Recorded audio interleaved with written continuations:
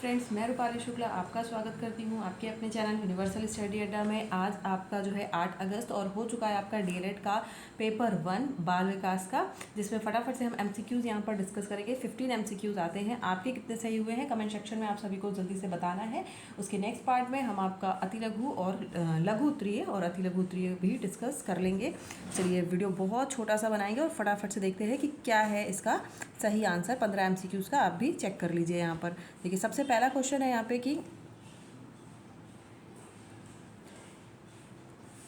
TAT व्यक्तित्व परीक्षण का निर्माण किसने किया था। तो इसका आपका सही आंसर हो जाएगा मॉर्गन एवं मरे ने। उसके अलावा मूरे वैसे बोलते हैं, इसमें मरे लिखा हुआ है। केंद्रीय प्रवृत्ति का मापक नहीं है। नेक्स्ट क्वेश्चन आपसे पूछा है कि केंद्रीय प्रवृत्ति का मापक नहीं है। मध्याह्न है, आपको पता है मध्यांक है, बहुलक है, तो प्रसार इसमें आपका जो है वो आंसर नहीं है, क्योंकि यहाँ पे नहीं ही पूछा है, तो इसमें प्रसार जो है वो आपका आंसर नहीं होगा। ठीक है, और यहाँ पे ये ध्यान दीजिएगा कि नहीं है, तो इस नहीं को अगर आप ध्यान नहीं देंगे तो आपका फिर गलत होने की संभावना है। नेक्स्ट है कि संवेग का प्रकार नहीं है। अगेन आपसे यही पूछा गया है कि संवेग का प्रकार कौन सा नहीं है। तो यहाँ पे ध्यान है, प्रेम है, क्रोध है, यहाँ पे अगर बात करें तो प्रेम भी है, क्रोध भी है और भय भी है, लेकिन ध्यान जो है वो संवेग का प्रकार नहीं है। और जिसका भी ये पेपर है उसने काफ़ी अच्छा किया है। उसके ऑलमोस्ट मुझे यहाँ पे एमसीक्यू सही होते हुए नज़र आ रहे हैं, तो आप सीधे 15 नंबर अच्छे से स्कोर कर पाएंगे। आपके कितने एमसीक्यू सही हैं कमेंट सेक्शन में बताइए। नेक्स्ट है क्वेश्चन नंबर 4। कोहलर ने अपने सीखने के सिद्धांत का प्रतिपादन किसके ऊपर प्रयोग करते हुए किया था। तो ये तो बहुत ही फेमस सा अच्छा सा क्वेश्चन पूछा है उन्होंने कि वनमानुष के ऊपर जो है वो किया था। फिर नेक्स्ट क्वेश्चन है कि स्मृति का अंग नहीं है। तो स्मृति का अंग क्या नहीं है? सीखना, धारण, चिंता या पहचान। तो स्मृति का अंग नहीं है बात करें तो स्मृति का अंग आपका सीखना है, धारण भी है, धारण नहीं है, चिंतन है, पहचान है। तो यहाँ पे आपका जो धारण है, धारण ये इसका अंग नहीं है स्मृति का, बाकी सारे हैं।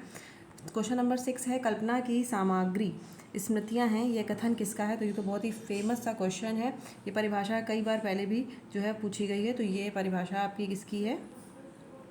गेट्स एवं अन्य के द्वारा ये परिभाषा दी गई है। क्वेश्चन नंबर 7 की तरफ बढ़ेंगे। क्वेश्चन नंबर 7 है कि किसी परिस्थिति में प्राप्त ज्ञान प्रशिक्षण का अन्य दूसरी परिस्थिति में उपयोग करना कहलाता है। तो ये आपको पता है कि जो ट्रांसफ़र ऑफ लर्निंग है, यानी कि सीखने का स्थानांतरण है, उसको कहते हैं सीखने का स्थानांतरण। तो ऑप्शन नंबर डी सही होगा।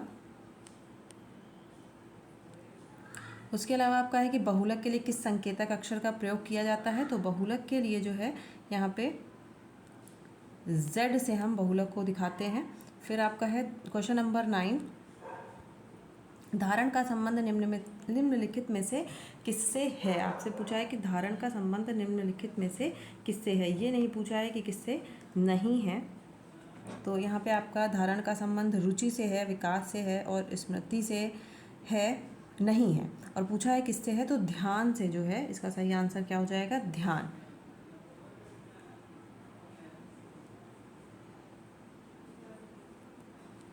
ध्यान इसका सही आंसर होगा, ध्यान से है। फिर है आपका क्वेश्चन नंबर 10। क्वेश्चन नंबर 10 है निम्नलिखित में से गेस्टॉल सिद्धांत के प्रतिपादक कौन है। तो गेस्टॉल सिद्धांत के प्रतिपादक हैं अंतर्दृष्टि सिद्धांत।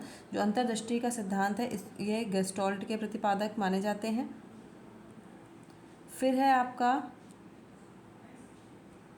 प्रेरणा का सिद्धांत एक सजीव प्रयास है और ये कथन किसका है। तो बहुत ही फेमस है ये भी। प्रेरणा का थोड़ा सा ऐसा है कि हो सकता है आप लोग कंफ्यूज हुए हों इसमें लॉवेल और एवरिल में, बट इसका सही आंसर बात करें तो हो जाएगा आपका एवरिल।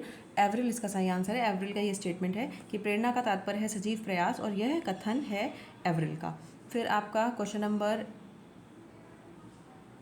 12 की तरफ बढ़ते हैं। सामान्यीकरण सिद्धांत के प्रतिपादक कौन है। तो सामान्यीकरण सिद्धांत के प्रतिपादक हैं आपका CH जड़। रोषाशाही धब्बा परीक्षण, मैंने आपको एक वीडियो में रोषाशाही धब्बा परीक्षण बहुत अच्छे से समझाया हुआ था, उसकी पूरी डिटेलिंग के साथ। और यहाँ पे तो केवल छोटा सा प्रश्न उन्होंने यही पूछा है कि इसमें कुल कितने कार्ड होते हैं। तो कार्डों की संख्या इसमें 15 भी नहीं होती है, 20 भी नहीं होती है। इसमें कार्डों की संख्या की बात करें तो इसमें 10 कार्ड जो होते हैं, जो कि आपको पता है कि ब्लैक एंड वाइट होते हैं। उसके बाद जो है देखिए क्वेश्चन नंबर 14 और 15 की बात करें तो व्यक्तित्व परीक्षण की आत्मनिष्ठ विधि कौन सी है ये पूछ रहा है। तो व्यक्तित्व परीक्षण की आत्मनिष्ठ विधि है जीवन इतिहास विधि। और जो प्रेरक सीखे जाते हैं उसे क्या कहते हैं सबसे आखिरी में, तो उसे जो प्रेरक हम सीखते हैं, स्वाभाविक सी बात है, जो हमने अर्जित किए हैं, जन्मजात नहीं है, मनोवैज्ञानिक नहीं है, सामाजिक नहीं है, तो जो अर्जित प्रेरक होते हैं वही प्रेरक जो है सीखे जाते हैं, उन्हें हम अर्जित प्रेरक कहते हैं। यहाँ पे 15 MCQ आपके इस प्रकार से समाप्त हुए। आपके 15 में से कितने जो हैं MCQ सही हुए हैं, ऑब्जेक्टिव सही हुए हैं, कमेंट सेक्शन में बताइए। और अगर आपको किसी में डाउट है तो उसको भी बताइए। मिलते हैं आपसे नेक्स्ट वीडियो में लघु उत्तरी और अति लघु उत्तरी प्रश्नों के साथ। बने रहिएगा। चैनल पर नए होंगे तो चैनल को सब्सक्राइब करके भी जुड़ जाइएगा। धन्यवाद।